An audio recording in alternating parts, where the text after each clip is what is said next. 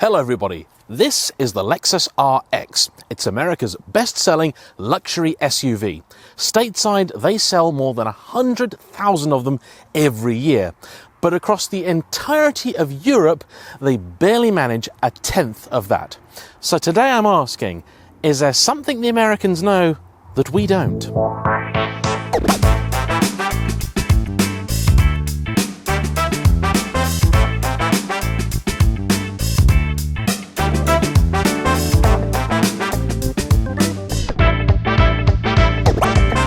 Now, I'll be honest, if you're watching this channel, there is a chance you consider yourself a petrol head, in which case the RX is almost certainly not for you, for a number of reasons that we'll get onto shortly.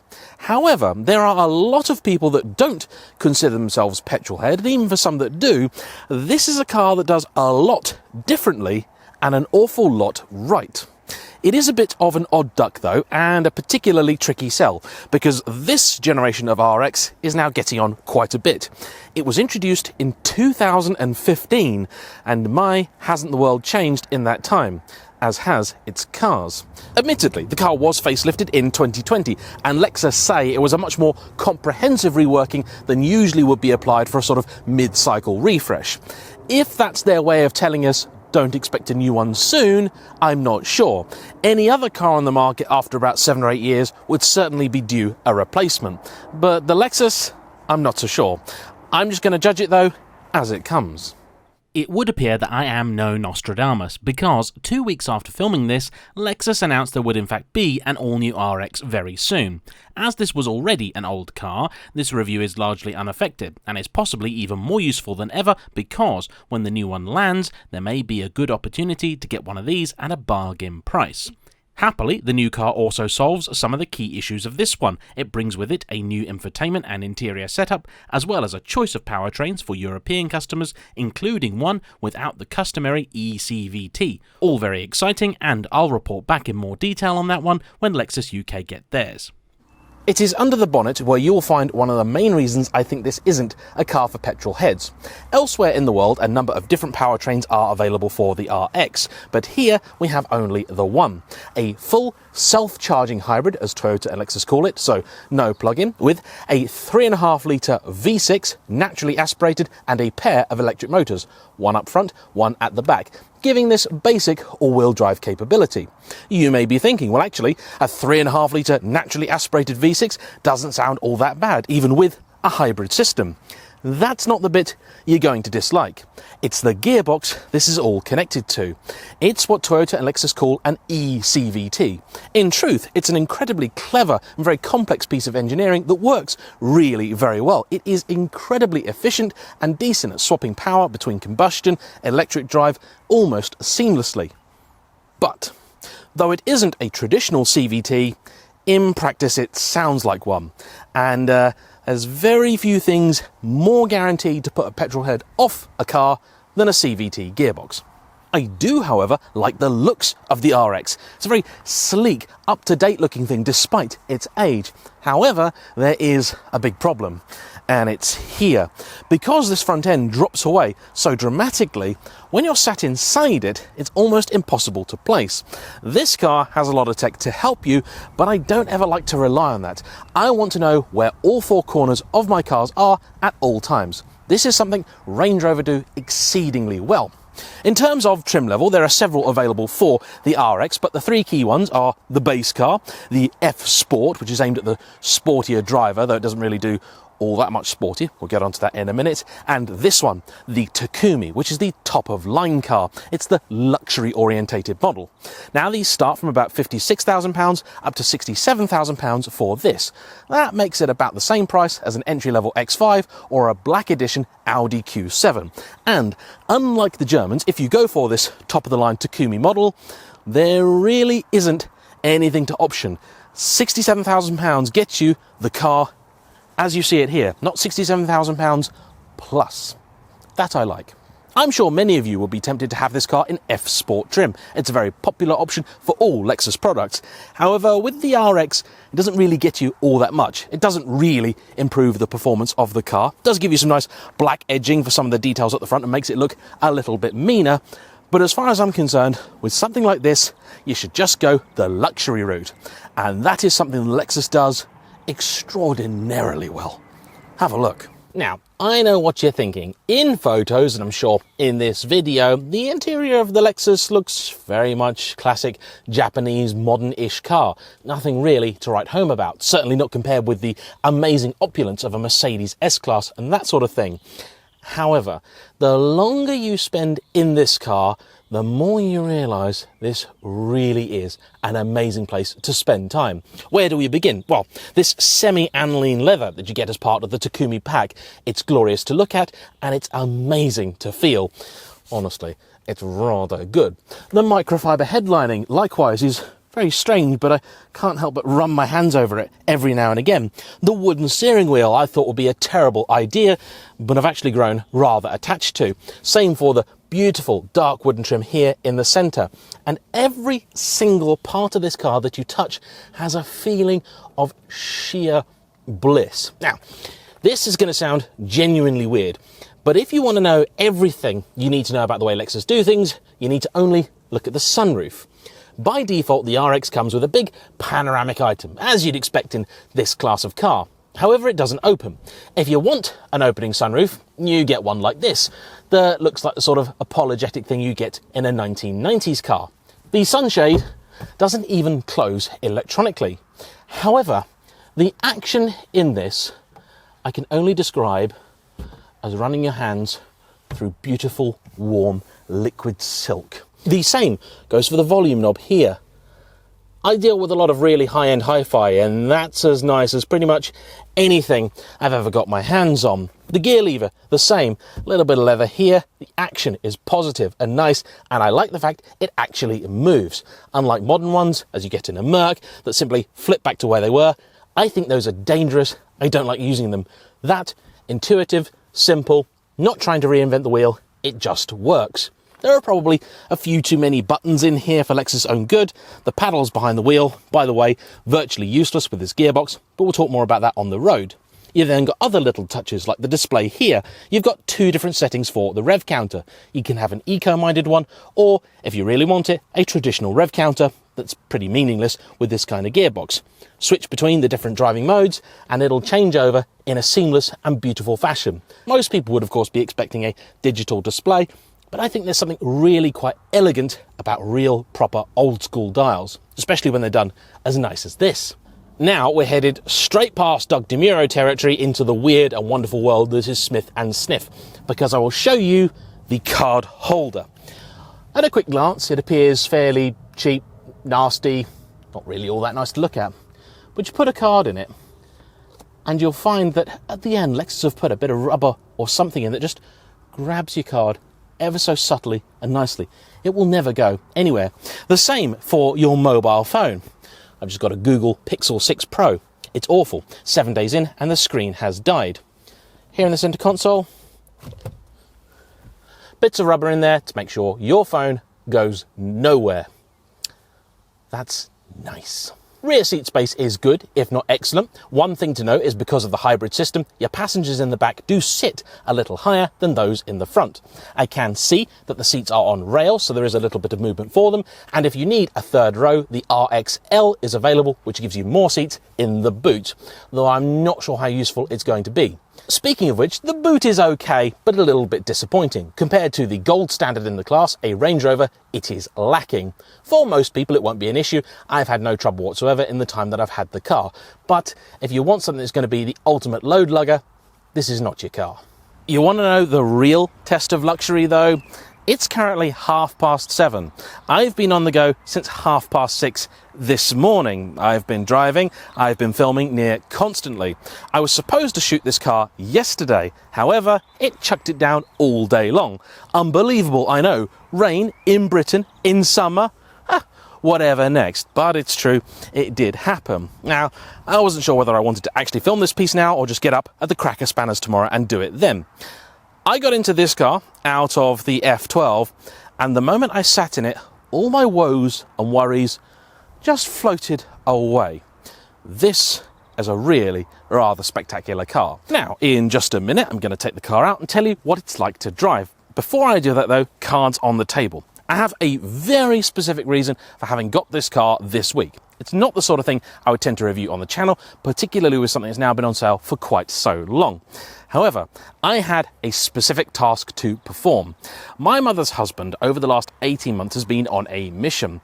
He has wanted to do all of the 92 football grounds that are currently in the English Football League. That's the Premier League, the Championship, Division 1 and Division 2. I'm not really into football, but he is, and for various reasons I'll discuss in another video, this is very important to him.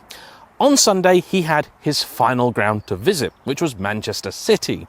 And because it was such a momentous occasion, reaching the end of a very long journey, he had asked me if I could try and make the occasion just that little bit more special by getting a car to take himself and my mother to the ground and back. I phoned around a few different places wanting to make sure that I got appropriate transport. We needed something large, preferably something fairly high off the ground that's going to be comfortable to do the best part of 500 miles in a day in.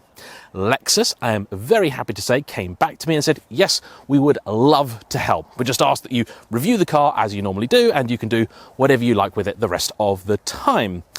This car performed admirably. So although I'm about to say a lot of things about the car which are factually true, and overall it does have some dynamic issues, if you want luxury transport to take people from A to B, no matter how far that is, you really could do a lot worse than this. I've done a lot of big journeys in my time, and the RX is a fabulous way to do them. So, onto the drive.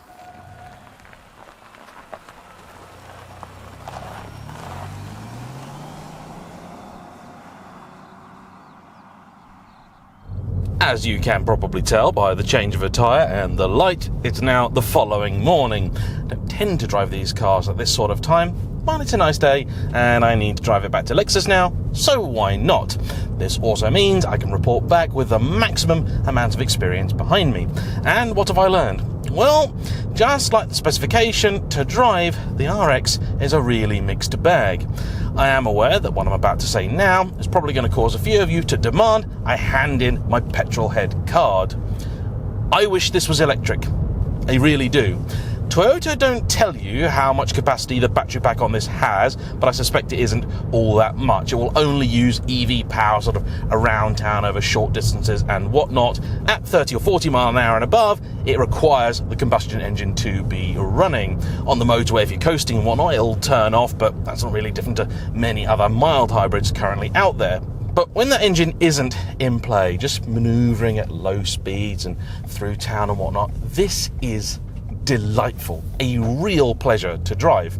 Not that it's bad the rest of the time, but that's when it feels to me the most luxurious, the nicest, the smoothest. It is a really, really nice place to spend your time. That, however, you probably have already gathered from the intro. What about the performance? Well, the numbers tell you this will get from 0 to 62 in less than 8 seconds and onto a top speed that, frankly, for this kind of car is reasonably irrelevant. The tricky bit of the specs is that Lexus don't give me all of them. I can tell you the official power output of this car, it's 313 horses. But that is, as you might imagine, a combined peak power figure. Lexus do things very honestly. Some other manufacturers just take the power of the electric motor and the petrol engine, add them together and give you a number. That isn't really how these things work. Case in point, that 3.5 litre V6 makes around 260 horsepower of its own, and the front electric motor around 167. The one at the back, another 67. So all told, they're sort of 450 horsepower, not 313. But they all reach their peaks at different points in time, hence the lower overall claim. Unfortunately, what Lexus don't give me is a torque figure. I've got them for each individual component. So the petrol engine is 335 Newton meters, which is about 250 pound-foot. Not masses, but I suppose that's what you get with a naturally aspirated, eco-minded engine. The electric motor generates exactly the same. So this is actually a near 700 Newton meter car, in theory. You would then hope that in situations like this, where it's a busy main road in the morning and we have to turn across it, this car will be able to spring from a standstill like a gazelle. but that's not always the case. It's very smooth, nice and gentle, even if you put your foot all the way down. It just never has that sort of push you back into the seat kind of feeling, and that's a shame. It's also caught me out on more than one occasion where I've thought this car would be able to pick up a little bit brisker than it actually did.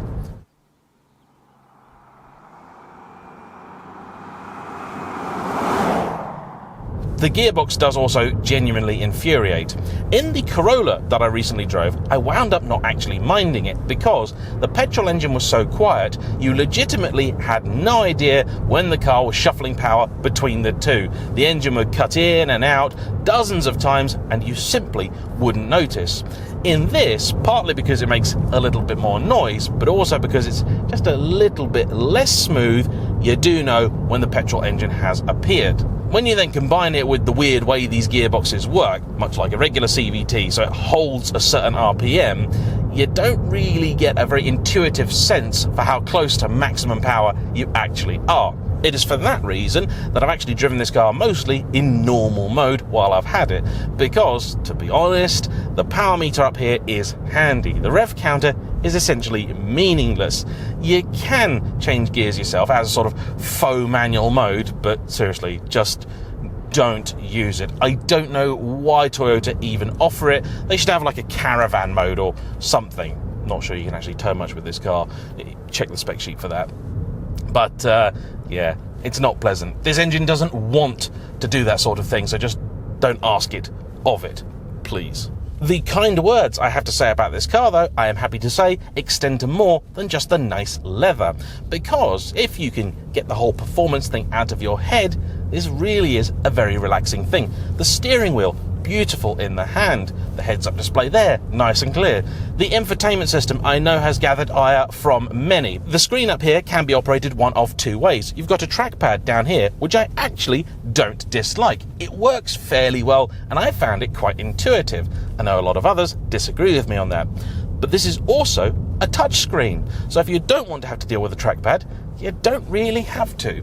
I have come to the conclusion now that touchscreens are basically here to stay, but I would love to see more manufacturers give us ways of operating them that don't involve putting fingerprints all over the display. Audi are perhaps one of the worst for this because they have these really nice glossy screens that look great when they're clean, but that's never for very long.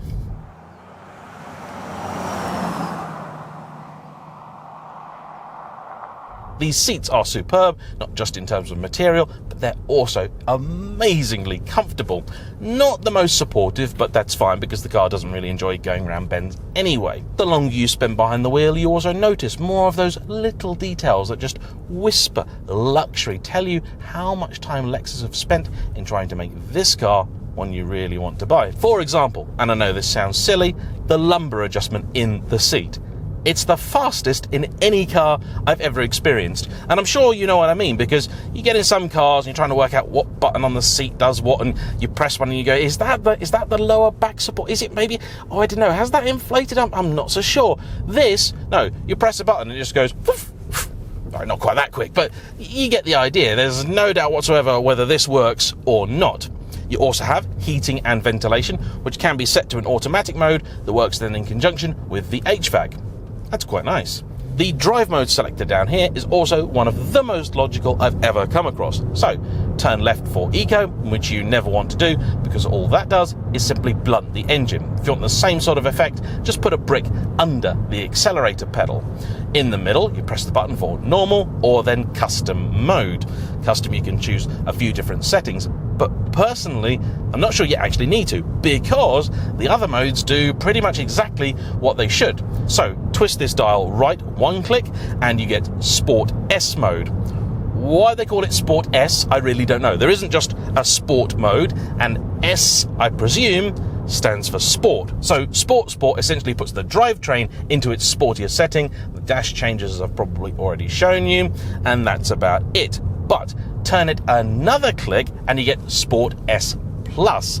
this is available only on a few of the RX models, including the Takumi and the F Sport. The S Plus then sets the suspension to its firmer mode. So this car and the F Sport get what Lexus call adaptive variable suspension. It's something I'm sure you're familiar with, but there's a few little things Lexus have done to this to make it just a little bit better. It has apparently 650 different settings for the dampers, and of course switches between all of them at the drop of a hat. They also have what they call friction control mountings or something like that, and the idea of those is to try and help with high frequency suspension problems. In other words, when you're going across rough washboard surfaces, the Belgian pave, that sort of thing. I visited a town called Bury St Edmunds not too long ago, and if you're familiar with it, the town centre has a very sort of Belgian pave type thing. Lots and lots of cobbles that aren't particularly even, and they're an excellent test of a car's suspension.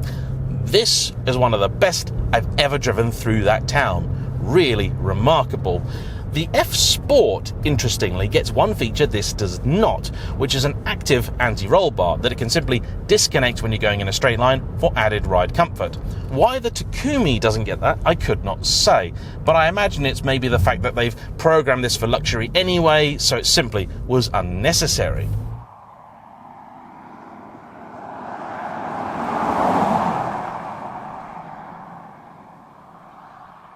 I have tried throwing this car around a few bends, but the honest truth is, it just doesn't really want to do it. The steering is far too slow. You move into a corner, you turn, and you go, oh blimey. Even in Sport S Plus mode, all that really happens is the car becomes a little bit firmer, the ride a little more jarring, but it's not that much keener to go around a bend. I have hustled it a few times, and it's kind of fun in that sort of, this car doesn't want to do it, but I'm going to do it anyway kind of vibe. An Audi Q7, BMW X5, and certainly a Range Rover are vastly superior in terms of dynamics and driver involvement. In fact, something like a Range Rover Velar is a really good driver's car for its category anyway. As it's that kind of car, let's also talk a little bit more about some of the boring stuff. This car seems to average between 32 and 34 mpg, more or less no matter how or where I've driven it. My usage has been sort of 90% motorway, 5% having fun, and 5% town. Unfortunately, the range isn't amazing. You get about 400 miles between fill-ups, even when you are on the motorway just cruising. For American customers, I'm sure the 34 mpg figure that I got on a long journey, those are UK numbers, by the way, not US, is more than decent enough, and that's probably why Lexus thought, yep, that's it, we've cracked it, fine. I know a lot of people out there will also be happy that it's a petrol hybrid, isn't a diesel. As a company, Toyota and Lexus really aren't big into diesels. For those who need a car with a lot more electric range, the new NX450 Plus that I drove really did rather well. A different class of car, I'm sure, and I've no doubt that the next RX is going to do something similar. This is also a car that seems to beep at you a lot, often for reasons apparently unknown. Never quite worked out what one of them was. I don't know whether it was to do with the speed signs, but I tried turning those off. Annoyingly, that turns itself back on. Or the cruise control. As you might imagine, cruise control is of the smart variety, so it's got radar guiding. It can also turn the wheel a little bit for you, and it does generally work very well. Although I have one irk with it, which is that after you've set your initial speed, if you want to make adjustments, they seem to happen only in 5 mile per hour increments, which is very frustrating. I'm sure you know what I mean. There's many times you go through a speed limit or something and you know that the car's speed it's claiming isn't always accurate, so you don't really want to be doing 50 mile an hour because you're going a little bit too slow, but then 55 is probably a little bit too fast. You probably want to do 52 or 53. That's a real world 50 in most cars. If you've got an average speed zone, you want to be very careful, and this doesn't really let you do that. That's an annoyance. That's an oversight I don't like. For a little while, I was even convinced this car had no fancy headlight tech. I wasn't sure it even had auto dip dim because it's not up here. Instead, you'll find a button down here that has a headlight icon that says auto. Press that and you will activate the very sexy sounding blade scan technology. A first apparently on this car. It uses a series of mirrors to project a light, and it does work quite well. Not maybe as impressive as Audi's laser light tech, but it's active a lot more of the time, and in practice I liked it. It's a decent car to drive at night, visibility is good, it's comfortable, it's cosseting, it's relaxing. The sunroof, by the way, if I didn't mention it earlier, is an option, but a no-cost one. Panoramic standard, and then this you can have if you prefer. If you're wondering why you would do that, first off, this opens, but also it does give you a little bit more headroom in the back for your passengers. So for people with tall family, that may be a consideration. The Mark Levinson stereo, which is standard on the Takumi trim, is very nice, very fun to listen to, not the best in the world. In truth, car stereos I don't judge in the same way I would a home stereo, because they're always imperfect things. All I want is something that's going to be fun to listen to, has a decent reproduction range, bass, mid, treble, all that jazz, and isn't fatiguing, which some systems can be. This is not. I even quite like this surround effect that they have, something I very rarely do, because often it just ruins everything. But this is nice. I like it, and it's part of the car. You don't have to pay extra for it, so even better. There you go. That's full beans, and there's 60. It moves, just not quick enough. And I think that may be one of the reasons these cars struggle quite so much in Europe, because they're not eco enough for the people that want to buy a big diesel, or even something like the Kia Sorento that will do over 40 to a gallon regularly.